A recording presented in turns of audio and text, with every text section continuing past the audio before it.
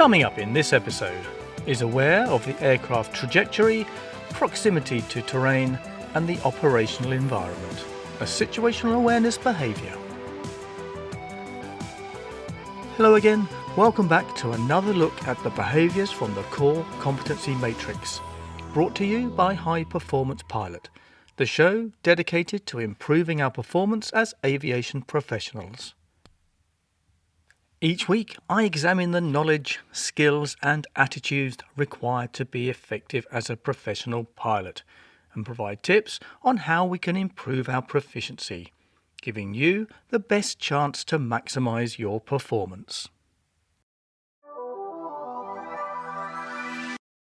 Situational awareness is a critical competency for ensuring the safety of any flight. It starts with effective leadership and teamwork and communication and is enabled through proficiency in workload management. It's about being aware of all aspects of the operation, past, present and future. Being aware of the aircraft trajectory, proximity to terrain and the operational environment is a key aspect of situational awareness. So let's start with what it is. In essence, it's about having a three-dimensional understanding of the aircraft's path and its position relative to the minimum safety altitude and terrain, and not to be forgotten, the aircraft's rate of closure to that terrain. It's about understanding the environment you are operating in, the airspace, weather and other aircraft. Because this is a situational awareness behaviour, it is not just about the now, it is more importantly about predicting the future. Let's take a look at why it matters. First up, controlled flight into terrain.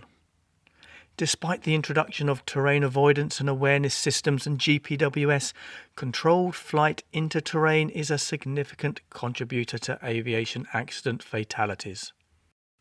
Whilst some occur due to equipment failure and bad weather, the majority are due to pilot error, and therefore firmly in the remit of the Core Competency Matrix.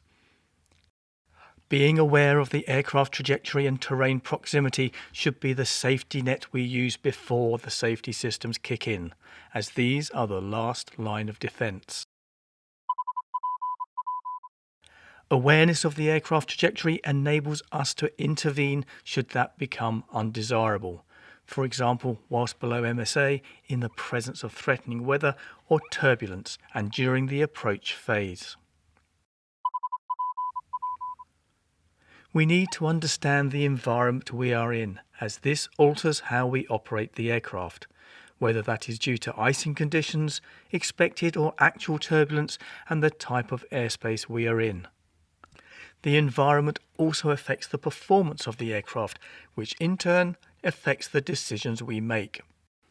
This also has an impact on another significant contributor to aircraft accidents: loss of control in flight.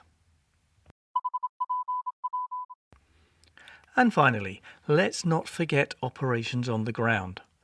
Taxiing is considered a critical phase of flight, a period which brings objects, people and other aircraft closer to us than any other phase of flight. Understanding the trajectory of the aircraft and the environment around it becomes equally critical. Understanding how we become effective in this behaviour is the prime aim of this podcast. Part of that how is the need to be proficient in other competencies. First up, workload management, particularly the behaviour, plans, prepares, prioritises and schedules tasks effectively, the subject of a previous episode. If we are effective in this, we will generate spare capacity we can devote to understanding the aircraft trajectory and proximity to terrain. Secondly, just as a good landing starts with an effective briefing, the same can be said of understanding the aircraft's proximity to terrain and the operational environment. Brief the terrain threat in good time and understand your strategies to avoid it. another situational awareness behaviour. Thirdly, when briefing, ensure to employ the leadership and teamwork behaviour of creating an atmosphere of open communication and participation to ensure the team resources are utilised to their maximum, that all threats are identified and a shared mental model is created. Next, do not underestimate 2D or non-precision approaches. These pose a significant threat of controlled flight into terrain due to pilot error. Ensure your briefing identifies exactly where your final descent will begin and how it is defined.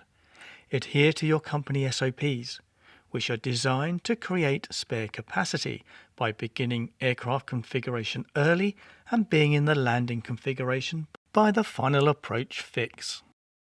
And finally, we need to demonstrate effectiveness in manages interruptions, distractions, variations and failures effectively. A behaviour from the competency of workload management.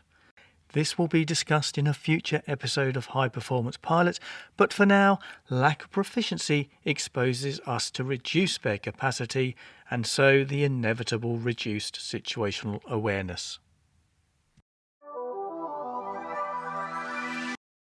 Effective operation requires us to understand the potential threats and errors present during our operational day, allowing us to avoid or mitigate them. Here are some of the threats incurred with a lack of proficiency in being aware of the aircraft trajectory, proximity to terrain, and the operational environment. And I'm going to keep this simple and not beat around the bush because the threats are big ones. Controlled flight into terrain. Loss of control in flight. Runway excursion. And airborne and ground-based collision.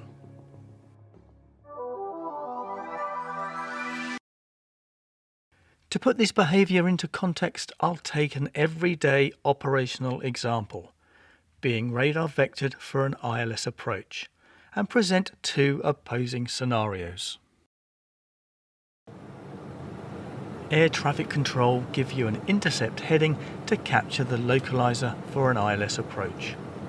Once established on the heading, the crew realise the resultant track will mean localizer capture occurring after the final approach fix, putting the aircraft above the glide slope. They request a heading change to compensate. The approach is continued to a normal landing. Awareness of the operational environment and the aircraft trajectory have avoided a threat. Now let's look at a less favourable outcome. The crew fail to notice the developing situation and the late localizer interception results in a failure to capture the glide slope. It takes some time for them to regain situational awareness, resulting in an attempt to capture the glide slope from significantly above it. The workload is increasing, the spare capacity decreasing. Situational awareness is rapidly dissipating. The distraction results in a late selection of the landing configuration. In fact, at the subsequent inquiry, it was found the crew failed to achieve the correct landing flap setting. The crew have become task-focused. In the briefing, the go-around had not been discussed, let alone stable criteria and actions in the event of one. They continue the approach, despite being clearly unstable. The landing is deep into the runway, too fast with far too much energy. The result is inevitable: a runway excursion. This is a fictional example and may seem extreme, but it has happened many times in the past and starkly demonstrates the importance of being aware of the aircraft trajectory and operational environment. As we near the end of this episode, let's take a look at the key takeaways. This behaviour encompasses the competencies of leadership and teamwork, communication and workload management. It involves a three-dimensional understanding of the aircraft's path, proximity to terrain, and predicting future events. Effective briefing is an essential part of creating the capacity to generate situational awareness. Threats include controlled flight into terrain, loss of control in flight, runway excursions and collisions. So there you have it, being aware of the aircraft trajectory, proximity to terrain and the operational environment, a behaviour from the competency Situational Awareness. I hope you found it useful, that you've heard something you can put into practice the next time you operate.